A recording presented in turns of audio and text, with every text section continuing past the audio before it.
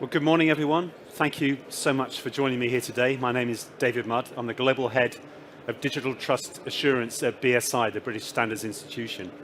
It looks like a bit of a smaller, more intimate crowd than yesterday when we had people coming out the door, so really appreciate you joining me. I'm going to be talking this morning about AI governance and management. And what I want to do is make this relevant in particular to the cybersec community, but I will also be bringing in some of the wider aspects of AI as well. So what I'm going to talk through this morning, a bit of an introduction and setting the scene, a bit about the context of why British Standards and AI, and then looking at some of the key trends, expectations, and particularly looking at the regulatory landscape as well. And then look at emerging best practice, and then bring in the importance really of AI governance and what that really looks like. Something on management system certification, and then the really important point now is where to start for everybody. So talking of where to start, I really want to start really with why is this important here at the show? Obviously, within the cybersecurity and IT and ICT community, we see AI as a huge cyber risk, but also AI as a vitally important cybersecurity tool. But the third aspect of why I think this is particularly relevant to this community is that cybersecurity, ICT professionals are increasingly looked on within organizations to help lead on AI policy. And so I see this as a great opportunity for this community to really step up, take a lead in this very, very exciting area. So going beyond AI in terms of its impact on security and looking at the role of the ICT and cyber professional around AI, there's a great opportunity here, and that's partly what I want to share. So firstly, what's all the big fuss about? AI is just a tool. Like any other tool, it's here to support us, augment us. Yeah, it shouldn't be considered as something that's a threat and here to replace us. The big issue is not just its huge power, because powerful AI has been around for decades, but it is the advent of relatively cost-effective data processing, storage, and high-speed communications that have really brought AI to the forefront. That's what's enabled this revolution. And the key point here is that accessibility. The fact that every single one of us in this room can access very powerful AI right now. Every organization has the ability to bring really powerful AI into its day-to-day business. And that's the key issue. It's not so much AI we should be concerned about, it's us. As Uncle Ben said to Peter in the movie, with great power comes great responsibility. He was actually paraphrasing Voltaire from the 18th century, but I will forgive him for that. With that responsibility, that's the key issue, as individuals and more importantly as organizations. And that's what I'm going to focus on a bit today. So why BSI? Why am I standing here talking to you about this?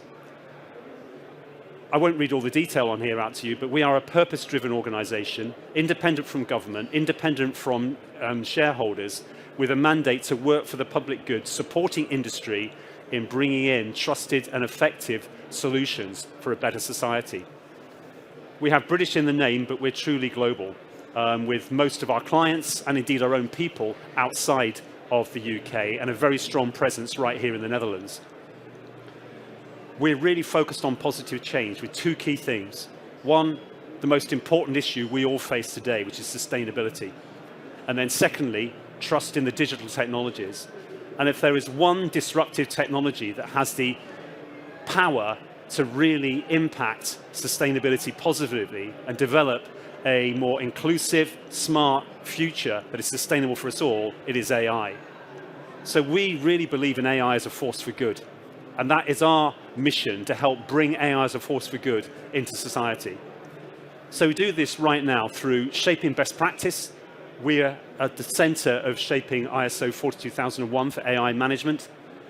We provide assessment, training, and certification, AI impact analysis and risk management. We are on track to become one of the first notified bodies under the EU AI Act, as well as providing consultancy. So we are actively involved through testing products, assessing organizations, and training in AI. It's at the forefront of our business. So very briefly going to look at some of the key trends here. And I think we need to split AI into two distinct components. The general AI, in particular generative AI, which right now we can all see is at the absolute peak of hype. There is a very high project failure rate, but on the other hand, there's also a huge fear of missing out. Organizations bringing in, we need an AI solution here because everyone's doing it, which again is part of that feeding into that very high failure rate. But we also have applied AI, AI that's solving very, very specific problems. And that's been around for some time. It's seeing steadier growth, in particular, for instance, within the cybersecurity area. But many major applications are still stuck at proof of concept. So what is behind all this? Why is this such a big issue? When we look at AI management, we tend to focus straight in on ethics and bias. Will the automated vehicle save the pedestrian or save the passenger? Those kind of issues have been discussed since before AI was even realized, back to Asimov's iRobot.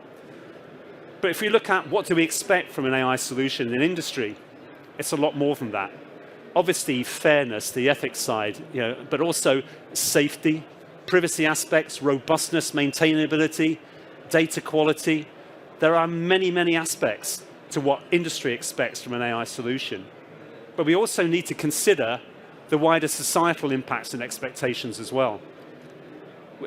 And at front and center here, it's all about people, human rights, labor practices, promotion of human values. And these are the kind of issues that all also need to be addressed when considering deployment of AI.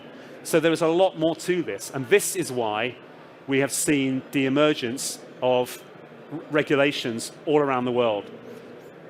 Now, with different levels of technological maturity, different cultures, different societal values, there have been fundamentally different approaches to how regulation is emerging.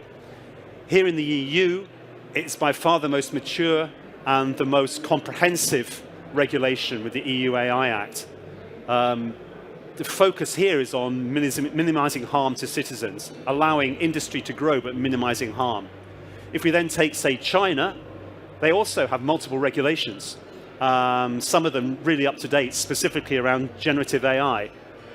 Here, the approach is a relatively light touch, and it's more focused on an overall government policy of building a really strong AI industry.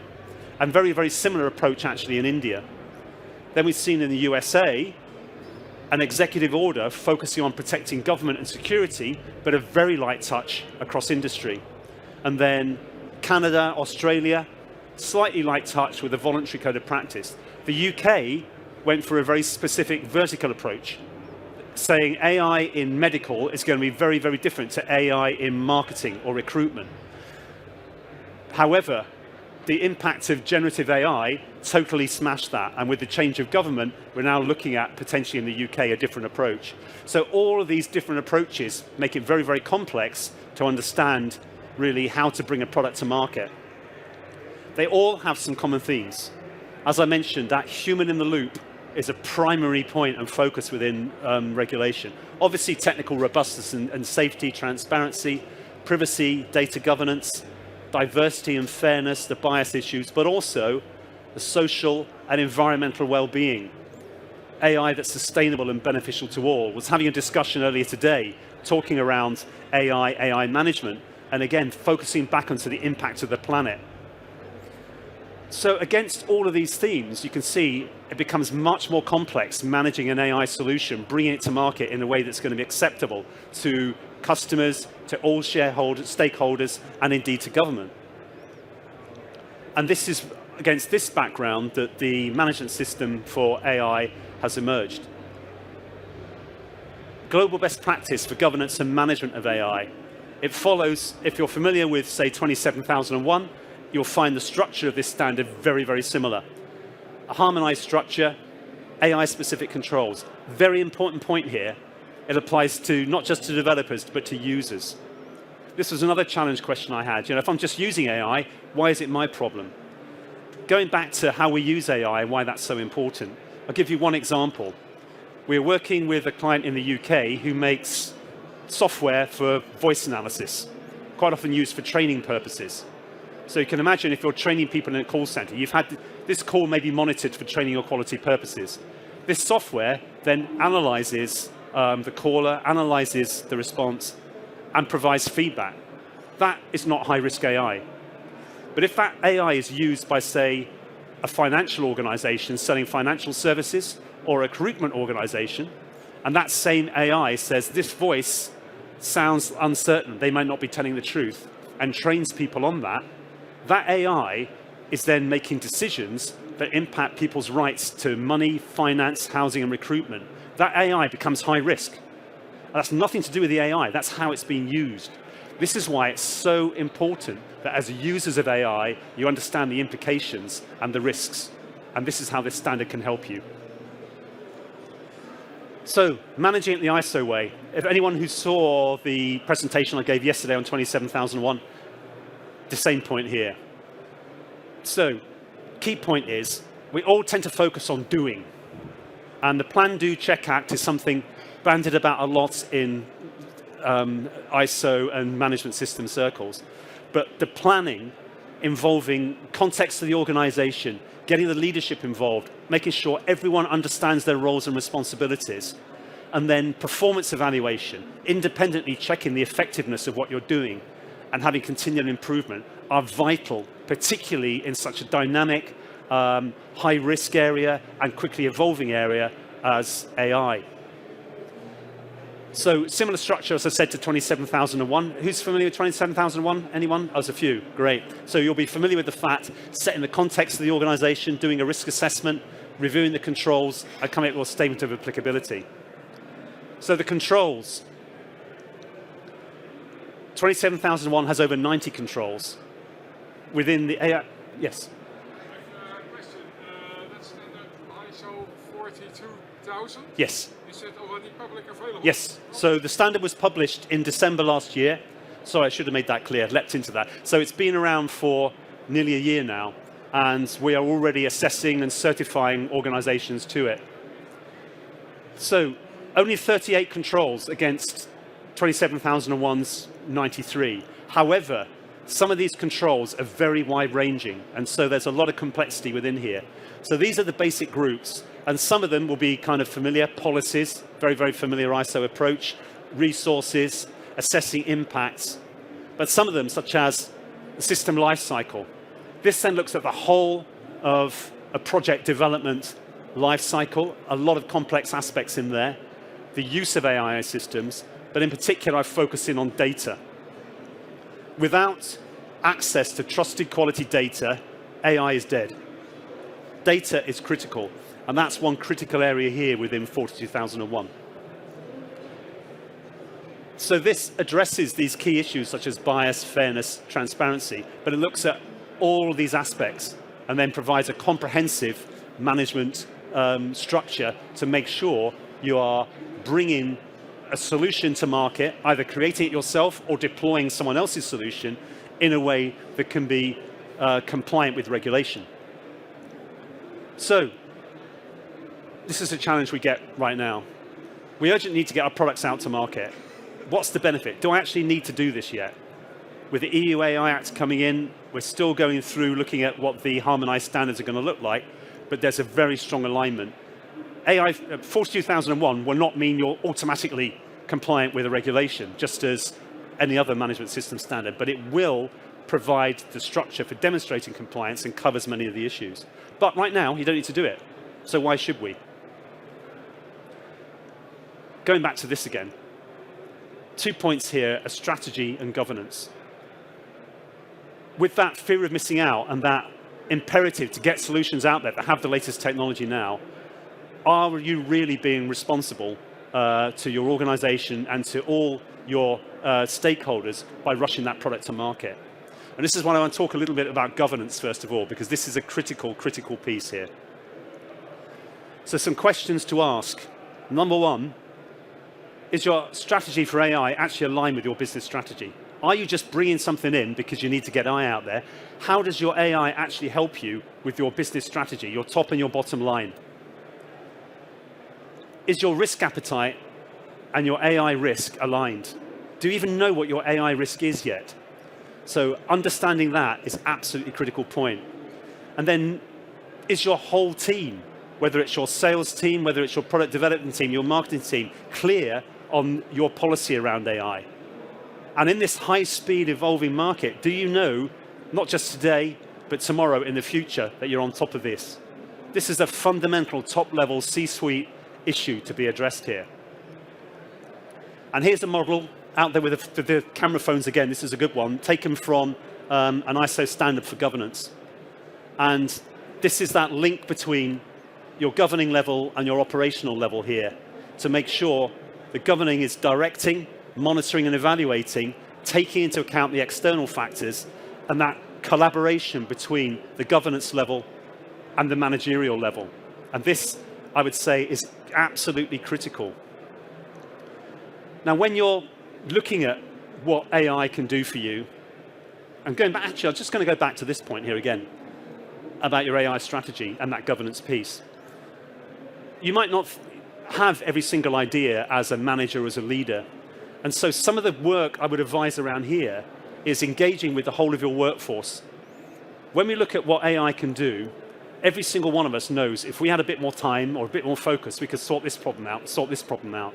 So workshopping through with your employees does two things. One, it helps identify where AI might help. And secondly, it helps break down some of the fear factor around AI as well and engage with your workforce.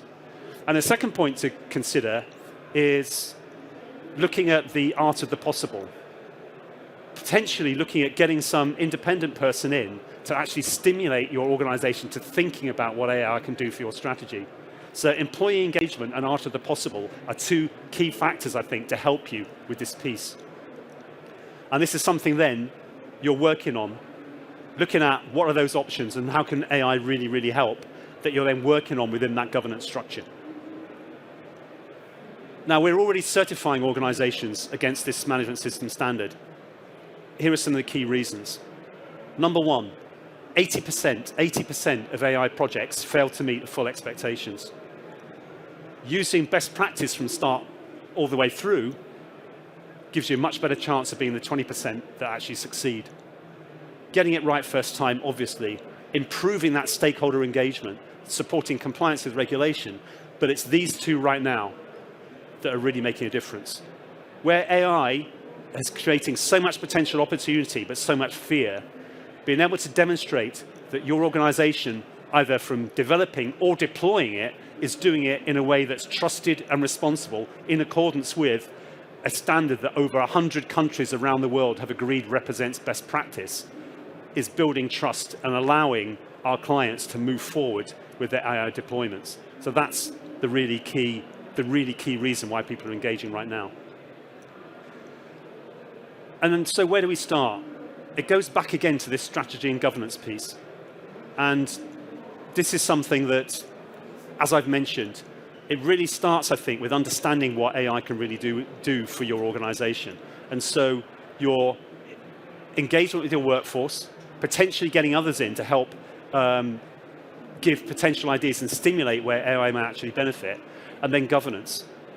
If there was one thing to do here with governance, look at those two levels. I would say within every organization, there should be somebody at the C-suite level and somebody at the operational level as your nucleus of your governance structure, and at least one of those should not be in IT, because this covers the whole of the business. This is an operational issue. This is not just a technological issue that sits on the side. So making sure you have a strategy that's based on how AI can positively impact your business through engagement with your workforce, and secondly, putting that initial governance point in place is something every organization could and should be doing right now. A next good point to start. How can you have trust in AI unless you have trust in the security in which the environment of it and its data sits? And this is not about concerns, oh, you might have a breach in the future. How do you know that data's not being tampered with right now?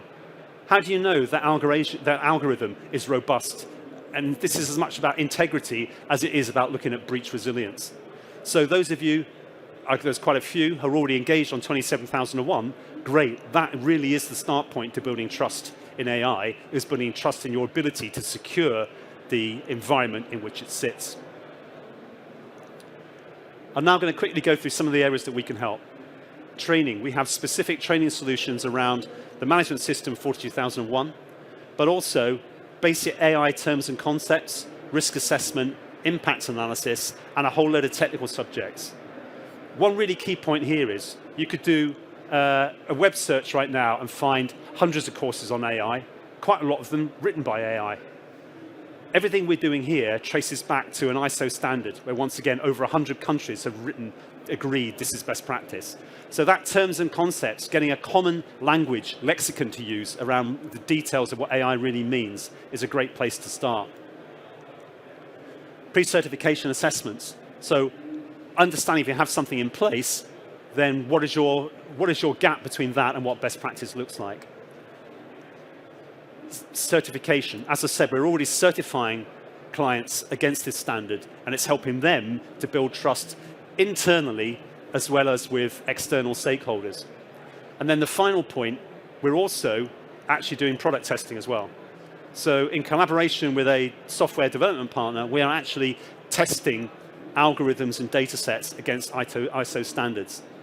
So there's a link here to our local team and a local website here, so do follow up with us.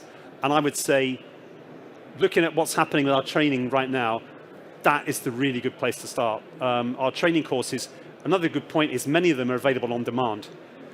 So there's something broken down into hour-long modules that you can do in your own time, all the way from awareness through to full in-depth technical training around some of the complexity issues around robustness and bias. So that's all from me for now. I would like some questions from you if you have some, please, because there has been so much debate already. So if you've got any questions, please let me know. Stunned silence at the moment. If you don't have any questions right now, our booth is just along the end here, the last one in row C, just along the end. So please do come out. I'll be here for the rest of the day, and I would like to hear from you.